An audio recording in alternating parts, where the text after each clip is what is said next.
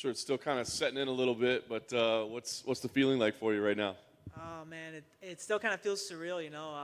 When he first announces it, a little emotional, a little crying, but did it off camera. I told myself I wouldn't cry on camera, so let the tears out already. But I don't know, it's kind of just I'm not used to like the whole media stuff right after the fight, so I think once I go back to the hotel right now and shower up and finally get time to check my phone and just relax, it'll probably hit in and I don't know, just feels so surreal right now. You know, you dream about this as a kid, and then it's finally here, and you just can't really put into words what it feels like. But yeah.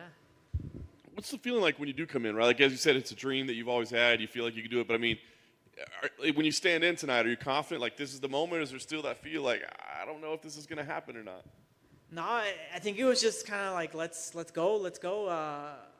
In watching the film and studying, we knew he was going to come out aggressive and come out hard. So, just kind of the mindset coming for this one was just like be ready to go right off the bat, man.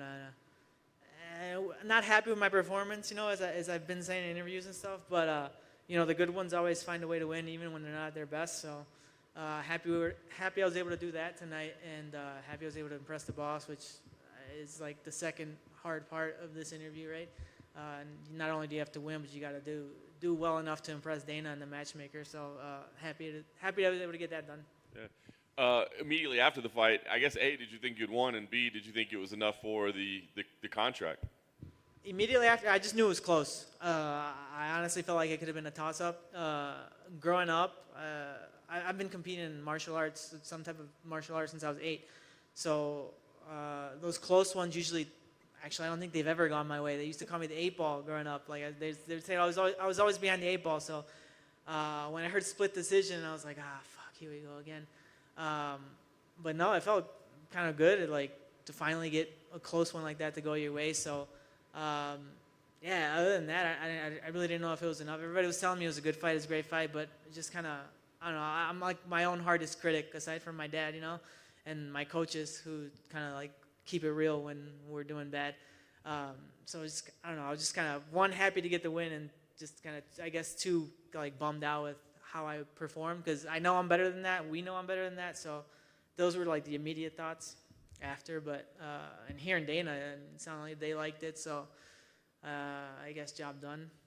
Will there be a point tonight, like when you get back to the hotel? I mean, you have a UFC contract in hand where you go, all right, it was pretty good. Like, I'm all right. Are you just always going to think about this as like, oh, that was a terrible performance? Nah, I mean, Coach always says don't fall in love with your wins and don't dwell on your losses. So definitely not falling in love with this one. I don't know, man. Maybe when I sign it in front of my parents and stuff, we'll get all emotional and I'll enjoy it then. But it's just another freaking fight, you know. On to the next one, like they say. Yeah, try to enjoy it a little bit. I guess for the last question for me, ideal scenario. I mean, now that you're in, obviously now the real work begins. But ideal scenario for you. I mean, that was a tough fight. Do you need some time off, or like how soon would you like to debut? Are there fighters that you'd like to see in your debut? What's the move for you? The move, I mean, just heal up. I kind of banged up a little bit from the fight and a little bit from the warm up this morning. Tweaked a little bit. I didn't tell my coaches, but. Yeah, just kind of go back, sit down with coach, heal up, and then see. Probably next year debut, but I don't know. We'll see what they say. Right now, kind of just heal up is the first priority. And if they come back to Chicago, man, debuting in Chicago. I'm from the South Side, so if we get back to the UC, I'm definitely gonna make my pitch to freaking debut at the UC. That'd be a freaking another dream come true. Then you'll probably see a little more emotion out of me then. Coming out to a Kanye song or something like that. So just keep it real, Chicago. I said that was my last question, but since you said, can you reveal what the nature of the tweak was there? I mean, like, were you actually like, did you hurt yourself? Yeah. So the fight finished, and my jiu-jitsu coach Alberto was like asking me about my leg, and I was like, yeah, dude, like something. We were doing our shakeout this morning. I was like, it like just started hurting. And he's like, really? I was like, yeah. I was like, I kind of just thought nothing of it, you know, kind of just trying to have a tough mindset. And then we finished our shakeout. I showered and stuff, and I was like, man, like this doesn't feel good. But I was like, you know what, whatever, man. I'm not gonna back out freaking right now. I'm not gonna I just put it in the back of my head and just went out there and fought. Nothing else to do.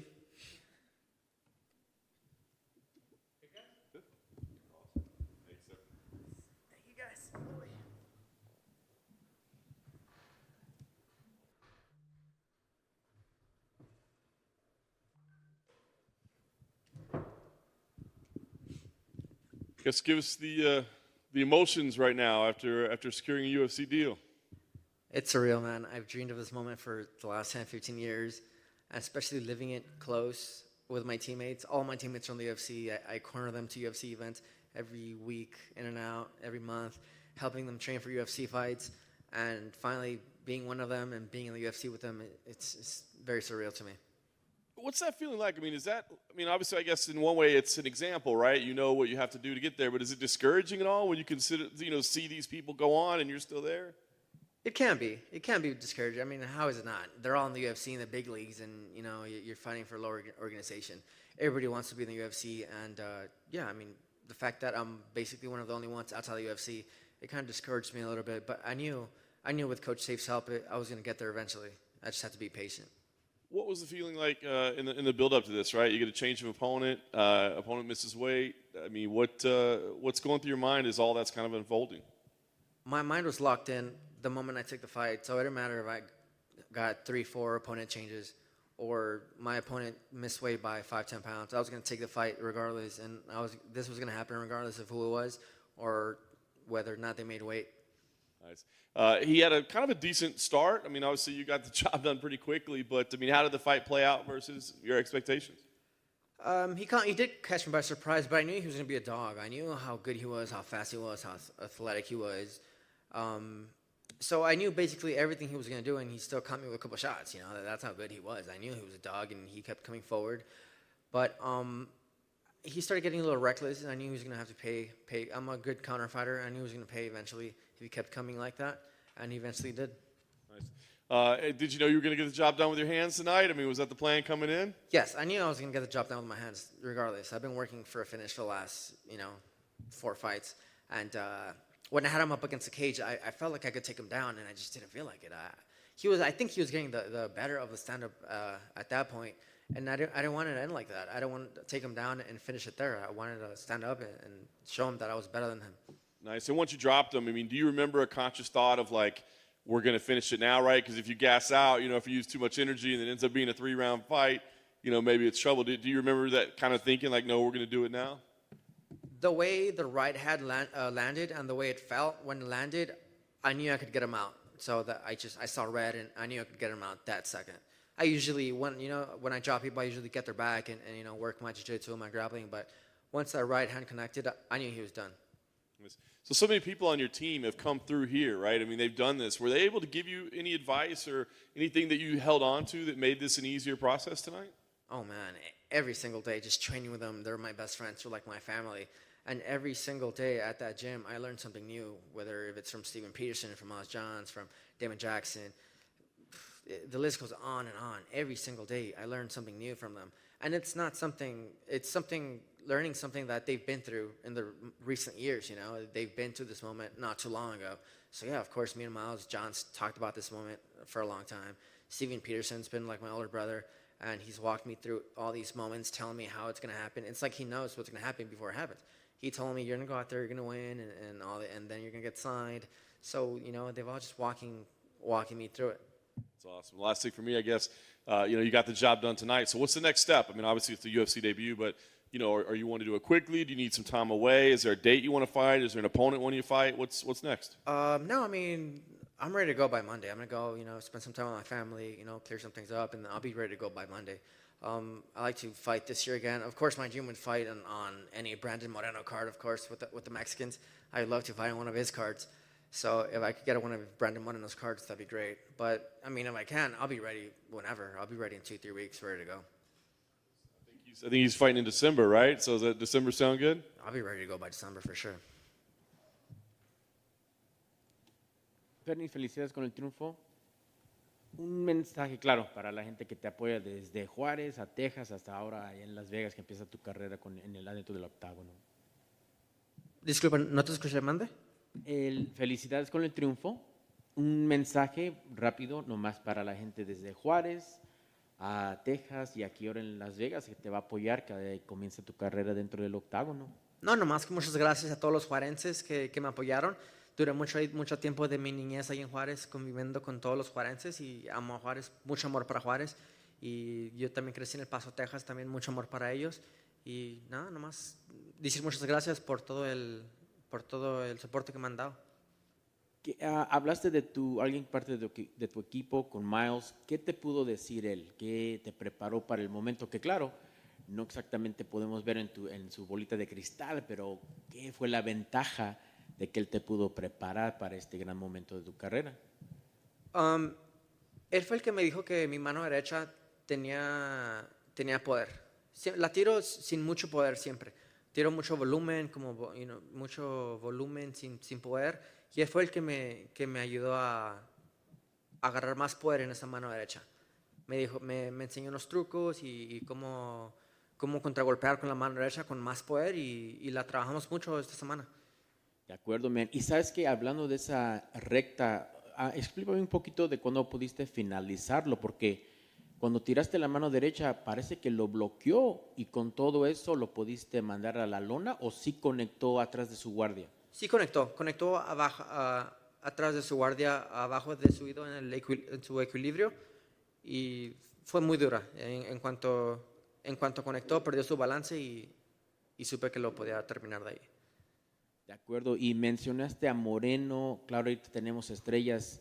Ortega acaba de retar por el título, peso pluma, tienes Irene Aldana de Guadalajara, Canelo en el boxeo, Brandon que agarró el título. ¿Cómo se siente ser parte ahora de esa familia dentro del UFC que tiene a Latinoamérica en lo más alto? Pues encantado, yo encantado de representar a los mexicanos. Yo sabía que los mexicanos iban a venir a ese deporte y hacer cosas grandes. Obviamente Brandon Moreno llegó y se convirtió en ídolo de un día a otro y ojalá seguir sus pasos de él. De acuerdo, man, pues felicidades y buena suerte con todo. Muchas gracias.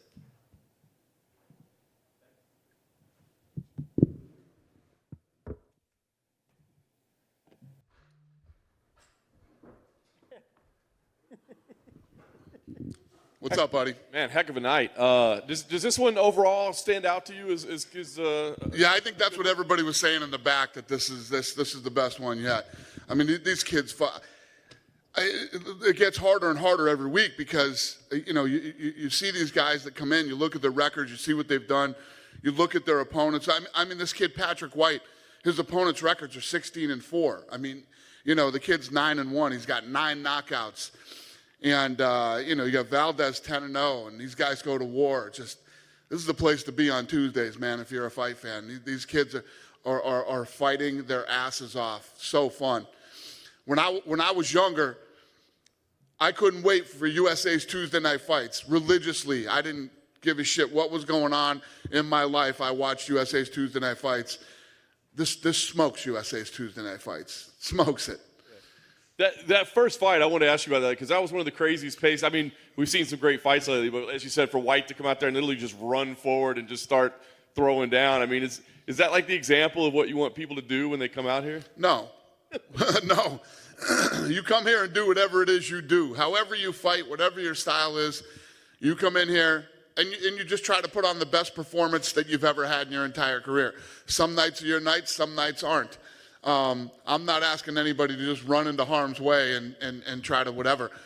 You and your team know what you got, know who you are. And plus, I say it every week, I'll say it again, the matchmaking on this show is unbelievable. Even though we have issues where guys fall out and we get late replacements, the fights are still incredible. So you know what you're good at, you know what you're not, come out here and do your best to try to win. Yeah. I did want to ask you about Valdez. Obviously, he was transported. Was that for the cut that was on his leg? Or it was a war. I mean, the guy was in a war. Patrick's mouthpiece came out, and the whole round I was like, Jesus Christ, put his mouthpiece back. But he broke his front teeth out in that fight. So you got that kid with the teeth, and then I don't know what Valdez has, but that was a war. Wow. I did want to ask you about Joseph Holmes as well, where you put him on Dana White's looking for a fight. He didn't seem especially thrilled with Yeah, he didn't seem too happy about that. But you know what? It's a great opportunity for him. If you think about him coming, first of all, he's 26 years old. He's 6-1 now. Let's give him a little bit more experience, get him 7-1. He wins both fights back to back. We'll match make that fight. We'll put that fight on, and he'll come off the Contender Series looking for a fight. does over 1 million views in the first 3 days. So it's such a massive opportunity for these kids. So for him to have it back-to-back, and if he wins again, I like him. I like his personality. I like his fighting style. So let's see what he does next month in Denver. Is it as simple as just win and get in, or is it kind of like a, hey, you got to show me a little something too? Listen, if he can win these 2 fights back-to-back, he'll be 8-1. You know, I'll give him his shot in the UFC. I just want to give the kid the best opportunity to succeed. And, you know, I wanted to sign him, but I said, let's give him one more fight. He accepted it, so it's a good opportunity for him. Really good. Yeah. The other 3 winners, Malott, Hernandez, Garcia, I'm just curious, did any of those performances stand out most to you, or was there anybody that you looked at and say, man, we got somebody special, I think, tonight? You know, if you look at the Garcia fight, great chin, kid, awesome counter puncher, got big power. You know, going in against a kid who didn't make weight, still took the fight, and looked very impressive, and is now 10-1. And then Hernandez. I mean, Hernandez fought a kid with twice as much experience as him. And again, when you look at opponents, 44-19, his opponent's records just. And then the main event was a no-brainer with Mike. Big, powerful, strong kid, Canadian. No-brainer. No question. Just 2 quick ones outside of night, Dana. I wanted to ask you, we'd been talking about fighter pay, and you said anybody can tell you how much they make. I was curious what you thought about Conor McGregor releasing pay-per-view. Did he tell you what he makes? Well, he didn't say what he made. I don't think he did that, but he did put out a tweet that showed his contract in January, 1.5 million pay-per-view buys. Are you okay with guys putting out information like that? That it's the hard number that we don't normally see. Listen, I told you the fighter pay thing. It doesn't matter to me. If these guys want to let you know what they make. You guys asked Holland the other day, and what did he say? He said people were hitting him up for money after I said it. That's it. Most of these guys want what's called an LOA, where you don't get to see their money. Most of the fighters want an LOA. They don't want people to know how much they make. And you can imagine why they don't. People start coming out of the woodwork and looking for money when they think you got it. I think everybody likes the whole, the poor UFC fighters don't make any money, because then nobody's asking them for money. So, well, are you okay with guys posting pay-per-view buy rates, or would you prefer that information stay private as well? I don't really give a shit anymore. I mean, listen, you guys all know Conor's making fucking truckloads of money, and he's doing well. Most of the pay-per-views that come out are, close or in the ballpark of what they are. So, no real big secrets out there. Sounds good. Last thing for me, Daniel, it's not MMA related, but we did have a combat sports death with Bare Knuckle Fighting Championship. Yeah, I saw that. Just curious, I know it doesn't, are you concerned that things like that can impact the UFC and mixed martial arts as well? And do you have any thoughts about, kind of the role that the commission or the organization or what we can do to make sure this doesn't happen? Well, let me start here. First of all, is anybody shocked? I mean, in bare knuckle fighting, I'm not a big fan, and I guess I would call it concern when I see some of our people when they leave here and go there, and it's like, oh my God. But when you look at this, we've been putting on fights for 25 years. I've done over 7,000 fights with no serious injuries in the UFC. And we've had some broken bones, some bad broken bones, the shin bone being the worst because it just blows our mind when that bone breaks, and cuts. I mean that's what we have. But the reality is, when I talk about, this goes hand in hand with what we talked about with fighter pay and the money that we invest back in this sport. The number one thing to us is fighter safety. Fighter safety is a very big deal to us, has been since day one. We ran toward regulation. We do extensive pre, post fight medicals. We follow up afterwards with these guys. And I say this all the time. When you make sure that you've spent the right amount of money to make sure that you have healthy athletes competing, going into training, then during the fight, and then you make sure. I mean, the other night when Ortega fought, right? I walked into the octagon and I told his corner, I do not do an interview. Do not talk to any media. I want you to go straight back. They're ready for you. They're going to put him in an ambulance and take him out of here. Get him right out of there and get him whatever. Then I'm walking out of the arena and I hear him doing an interview with Rogan, you know. I didn't want him to do an interview. I wanted him to leave and go. We do this all the time when we see guys that are whatever. And every year, we spend over $20 million on athlete medical, $20 million a year. You know, health and wellness or whatever it may be. And 25% of our athletes, we send to specialists. So a guy will come and his brain test won't come out. It'll be irregular. So we send him to a specialist. His heart, whatever, something was irregular with his heart. He goes and sees the heart, or she goes and sees a heart specialist. And we spend the money to find out, you know, whatever it is that's wrong with them. And as a result of that, our pre-fight screening, throughout the last 20 years, we found 10 athletes that had life-threatening, you know, medical problems with them, and that career-ending, that they shouldn't be fighting. That if they weren't in the UFC, they probably would have fought and they probably would have died. So, listen, this is a rough, and that doesn't include the Cleveland Clinic, which we've been doing for over 10 years now, studying fighters' brains and following up to make sure that these guys are safe. There's a lot of shit talk about us. Nobody does even remotely close to what we do in this sport. It's never been done what we do, and nobody ever will. You know, it's just, so when you talk about, we shouldn't even be talked about in the same sentence as bare knuckle boxing. It's not even, it's two completely different worlds. And yes, we're very sorry to hear that this guy passed away. But you're never going to see any of these other organizations doing the type of, you know, health, safety, and medical testing that we do for our athletes. Dana, just off the back of that, you say that these other promotions won't do the same sort of stuff as you guys, and I think that's probably fair. So does that mean it's time for the commissions to step up? Like, we've seen this trend recently of older guys coming out, fighting again, and it looks like Evander and stuff like that. Is this a sad reminder that commissions actually have a job to step in and stop these fights from being made? 100%. And you know, we work closely with the commissions too, but the thing is, whatever the commission says we have to do, we go way above and beyond that. You know, the truth is that this is a rough sport, but when you do the right medical testing and you spend the money, you know, these are our fighters, these are our athletes. You have to make sure that these people are healthy.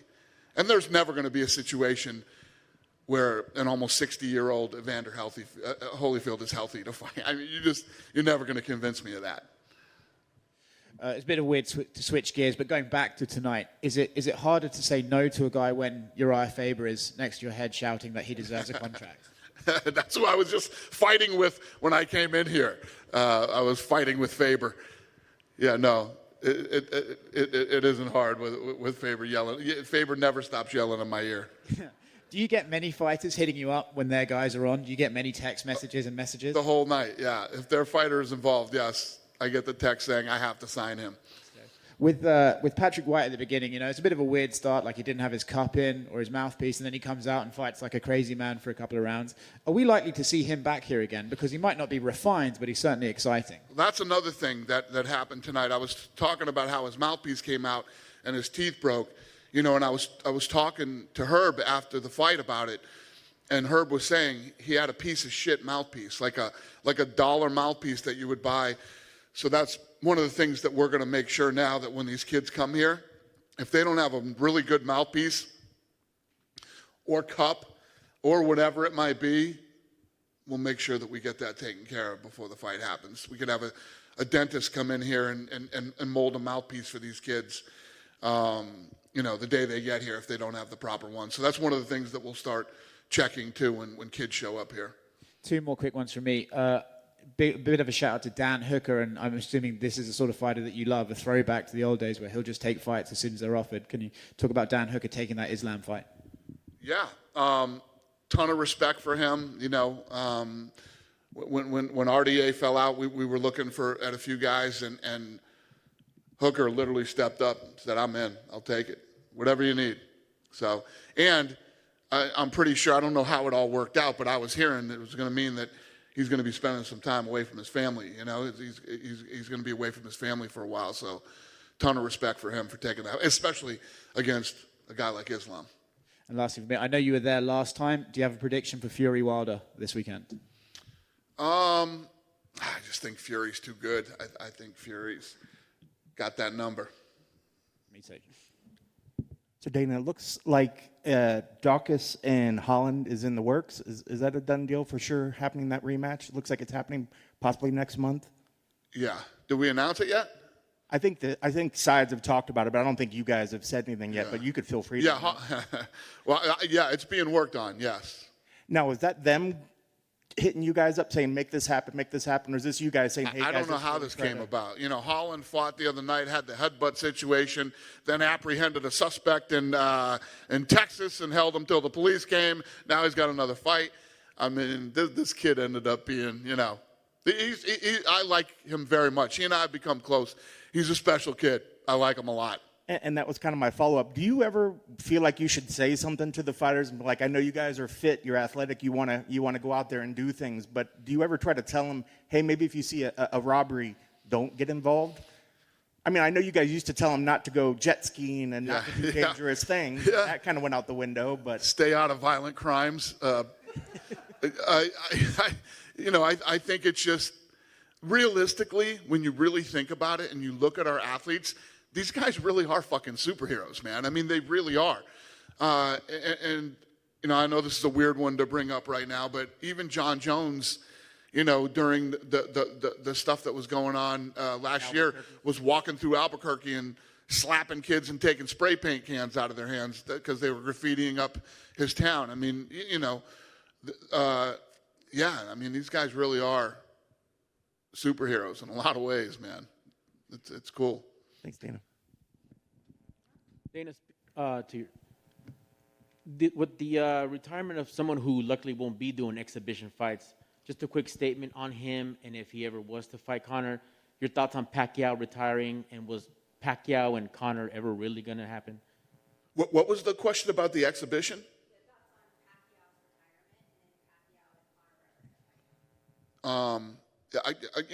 Had Conor beat Poirier, I know that they were talking about it. I know they wanted to do it. Obviously there was a lot of things that needed to happen for that fight to happen, and they didn't, so it didn't. But I don't know. I don't know if that fight would have ever happened. And did you ask me a question about exhibitions? No, luckily, Pacquiao won't be doing exhibitions. Exhibitions, yeah. Just your thoughts on the legend retiring from I'm not a big fan of exhibitions. It's just it's a bullshit loophole, in the system for guys that shouldn't be fighting to be able to fight, But whatever, man. And your thoughts on Pacquiao, just in general, I'm a huge fan. Always been a huge fan.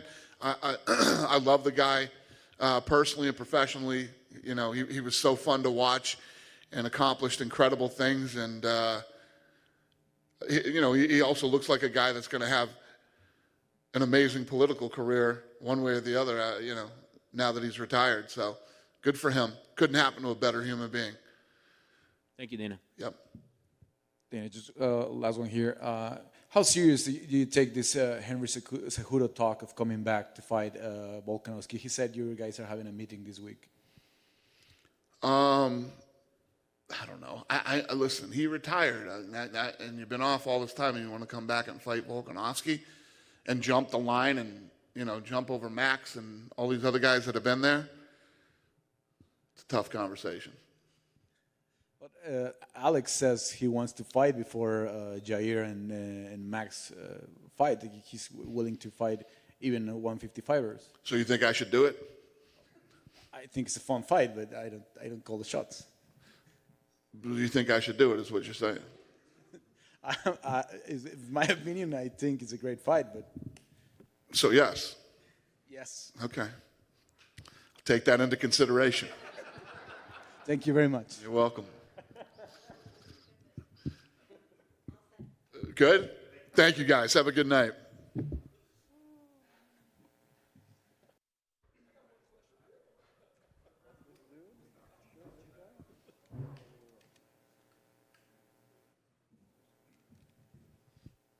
Mike, congratulations. I'm sure, again, it's probably all still setting in and still processing it all, but what's the emotion like for you right now? It's calmed down a little bit now. I was really emotional after the fight, man. I was like, dude, are you kidding me? It's over. Like, it honestly felt like, for the first time, it felt like my pro debut where I submitted a guy in something similar. It was like 30-something seconds. I'm like, are you kidding me? All the work I've put in all these years, that's it? It's done? We just go home now? We don't run it back? We don't get super tired and I start bleeding and get beat up in front of my mom? Like, this is how it happens? All right, cool. I'm pretty ecstatic. No doubt. You talked about the experience of being here, right? And kind of going through the motions, not for your own fight, obviously, but so many other times. Right. Did that benefit you at all tonight? I mean, is that a tangible thing that helped you? Oh, 100%.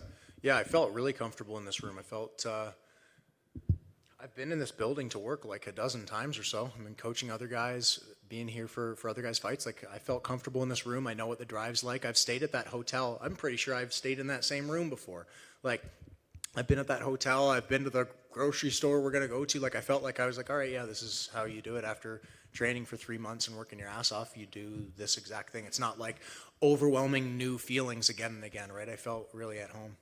You didn't get a lot of opportunity to see your opponent in there, but I guess did the fight play out as you thought it would, or did he have any surprises or anything that surprised you in that little short time? I didn't think he'd go for a takedown quite so early. I wasn't surprised that he level changed. When he gets pressured, he often will level change and get a shot off and try and take the guy down and look to stay heavy on top. I kind of studied his game pretty well, so I wasn't shocked, but I thought he'd try and keep it standing and striking a lot more. I felt like the biggest disparity in our game was our wrestling and jiu-jitsu. Even when he shot in for the takedown, he technically got on top, but I didn't register it as a takedown. I was like, okay, I have the front headlock. Like, I'm getting on top with this. If I sweep him, if I choke him, like, you might have gotten on top, but you aren't the one that's in control. I felt really strong in that position. And then when he started passing the guard, I had like a reverse butterfly kind of corner guard, reverse shield guard type hook in. And I was like, I felt like I could easily get that neck. It got deep. I was like, oh, he's not addressing this properly. All right, let's follow it up. Like, the game plan wasn't to jump back on the first submission I had. Just like the last time you saw me fight, it wasn't to jump on the first neck that I found. But hey, if it's there, let's go, man. Like, I feel comfortable scrambling. If he had gotten out of that guillotine, I felt comfortable getting on top or getting back up and putting the pressure on him. As you said, you're in that choke very, very early. I mean, did you have to register like, hey, this is very early. If I burn my arms out, it's going to be a problem. Or did you know right away, like, let's squeeze it until it's done? I didn't feel like I was putting a lot of energy into it, to be honest. I felt like I was giving a good, like, 60% squeeze. But I think Alpha Male has the best guillotine in the game. And, I learned it from the best over there, Uriah Faber.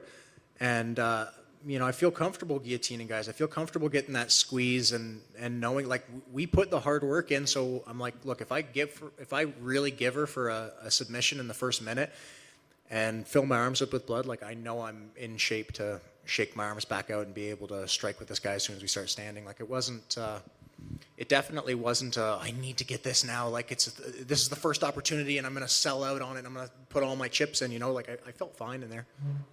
We're always looking for interesting stories, whatever. I mean, can you say how special this week is for your family? I mean, it's like stuff of a movie or something, right? It's wild. I'm waiting to wake up, man. Like, there's no way this is actually how my life is going right now. Like, my brother's been a lifelong hockey player, and he's always been a stud in hockey. I played as well, but I sucked growing up. So I had to give up on my hockey dreams and settle for this. As if. But, no, he's... It's really cool. Like, he's a killer hockey player. Like, my sisters are both great athletes too. Like, my sister, we didn't talk about it a lot, but she was a world-class figure skater.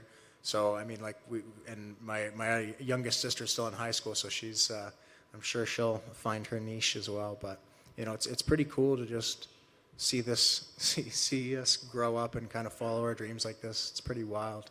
Nice. Last thing for me, obviously job done tonight. I got to imagine you're pretty healthy coming out of this for as little as you were in there. So what's the plan for the debut? I mean, is there a date on the calendar you'd like to debut? Is there an opponent that you'd like to see already? What's the plan from now?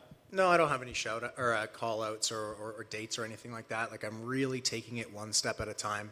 Obviously, there's like goals of I want to have this many fights in the UFC or I want to win this or that. It's like, really, I'm focused on the food that's in front of me. Like that fight was what was on my plate. I had to deal with that. I'm not really looking past this kid. Like, that kid's good, man. Kid's 7-0. He beat 7 other good professional fighters. He's not a joke. It wasn't like I was getting a gift walking in here. That kid definitely could have kicked my ass if I had screwed around. So I was really focused on him, really focused on this training camp. As far as like what's next, I'm going to get back to Alpha Male pretty soon, back to SAC, and just get back to training. We've got Cody Garbrandt fighting in December, so help him get ready for his fight. And back to training and coaching and just living the martial arts life, man. It's pretty great.